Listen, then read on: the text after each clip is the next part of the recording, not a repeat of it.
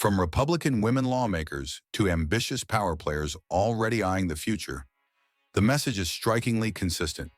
Johnson isn't listening, he isn't protecting them, and he isn't showing the decisive leadership needed as the 2026 midterms approach.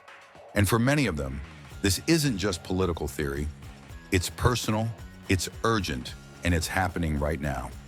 They believe his weakness puts not just the House majority at risk, but their own seats. So this isn't noise, it's a warning sign. And as this pressure builds, the internal conversations are starting to spill out into public view. Let's walk through what's unfolding, who's turning on whom, and why this fight may matter a lot more than Republicans want to admit. Starting with this next clip, House Speaker Mike Johnson's facing unprecedented criticism from members of his own conference, and the loudest voices are coming from Republican women. Yeah. New York Times congressional correspondent Annie Carney is reporting some female lawmakers have privately told her they feel Johnson didn't listen to them, leaving them out of the discussions on major issues. She's also reporting South Carolina Congresswoman Nancy Mace is so upset with Johnson's management of the chamber that she plans to meet with Georgia's Marjorie Taylor Greene about following in her footsteps and leaving Congress early herself. It comes in the wake of a bitter public dispute between Johnson and another member of his conference and key ally of the president. MS Now reporter Nick McCool has more on this. Nick, guys, good morning. Today, we're following a break in the GOP front lines on Capitol Hill, less than a year before the 2026 midterms. In an interview with the Wall Street Journal, New York Republican Congresswoman Elise Stefanik, who's now running for governor there, slammed her House leader, Speaker Mike Johnson, saying he's losing control of his conference and wouldn't even win a race for the speakership if an election were held now. Stefanik cited a number of grievances, including Johnson's decision to keep members in their districts during the shutdown, weak special elections performances, and what she says is a failure to confront possible cost hikes without a health care deal. Quote, "It's all bubbling over," said Stefanik. Whereas Kevin McCarthy was a political animal, Mike Johnson is a political novice, and boy does it show. The speaker responding to Stefanik's criticism from the Hill yesterday. "I'm not worried about my standing at all. Look, we have a large body. There's 220 or so people in this conference, and lots of different opinion. Everybody's not delighted with every decision every day, but that's Congress. That's the way the system works." Stefanik made her comments in the interview Tuesday night during a public dispute with Johnson over a provision she wanted added to a defense bill. But the next morning, she posted that after a, quote, "productive discussion with President Trump and Johnson, the provision will be included," and added later she and Johnson were moving forward to address affordability and safety issues. The episode, just the latest example of a House Republican conference growing more fractious. Johnson recently joking about managing House members on a podcast. "I try to meet people where they're at. We have this joke that I'm not really a Speaker of the House. I'm really like a mental health counselor." And this morning, Johnson is swearing in Matt Van Epps, fresh off his special election win in Tennessee Tuesday. But Van Epps only won by 9 points in a district Trump carried last year by 22. A sign the road to the midterms may be rough for the GOP. A recent poll from The Economist and YUGV shows that if the election were held today, registered voters favor Democrats by 6 points. And remember, they only need a handful of seats in each chamber to retake both houses of Congress. And just as it was during the shutdown, the issue of health care may be front and center next year when voters go to the polls. Politico now reporting Democrats' plan to introduce a 3-year extension of those expiring Obamacare subsidies, with a vote on the measure expected next week. Whether Republicans can neutralize this issue in the coming months may be one of the defining stories of 2026. Back to you, Nick. Thank you for that report. And New York Times congressional correspondent Annie Carney joins us now. Annie, what more can you add after hearing Nick's reporting on the work that you've got in terms of the speaker's relationship with female members? Well, and Annie, on your own work and reporting that Nancy Mace, of course, may be leaving herself. Yeah, I mean, she has been kind of on Twitter now, downplaying my reporting about her. I'm pretty confident in that she has she has made an appointment with Green to discuss leaving. I mean, there's a chance she backs off of that and stays under pressure. They have such a small margin. She'd be under pressure to not leave before her term is up, but it's indicative they're just done. This is a group, the House Republican Conference at large is a group of people that don't get along and that hate their leaders. Like Republican speakers of the House are always just like, the day you get sworn in, you're on an hourglass, a sand hourglass of like, it's just a matter of time how long you last. But this is a particularly intense moment where the anger and frustration with Johnson is really like reaching a breaking point. I've heard this from women in particular, but broadly across the conference.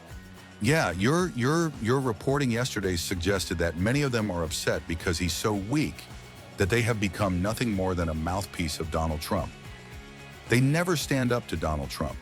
Mike Johnson's not willing to ever push the envelope at all. And so they're basically just sitting there doing what Donald Trump tells Mike Johnson to do, and they're going to lose the House, and a lot of them are going to lose their seats, and they see their leader doing nothing to protect them. They're upset.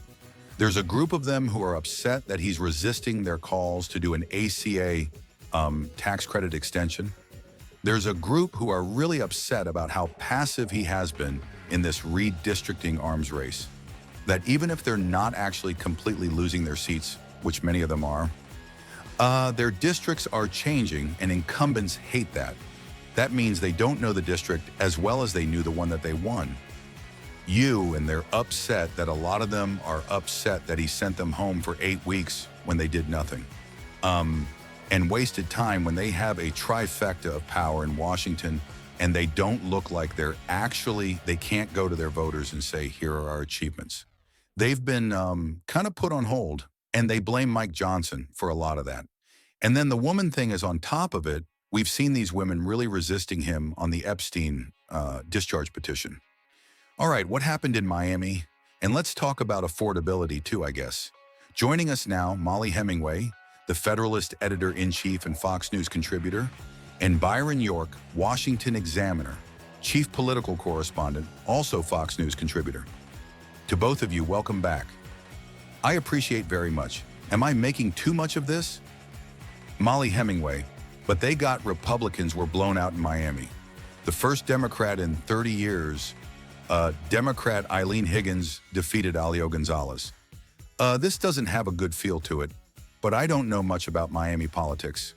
Yeah, I don't know how much should be read in a national sense to a local election like that.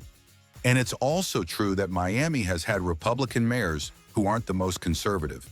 But having said that, you would really want to be probably in the Democrat Party more than the Republican Party heading into next year's midterms.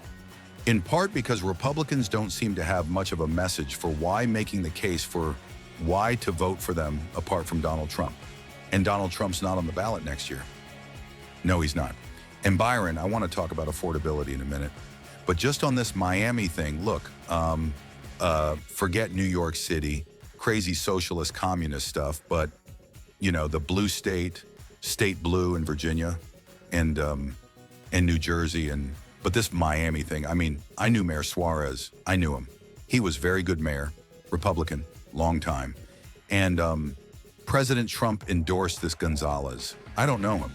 But he got blown away by 20 points.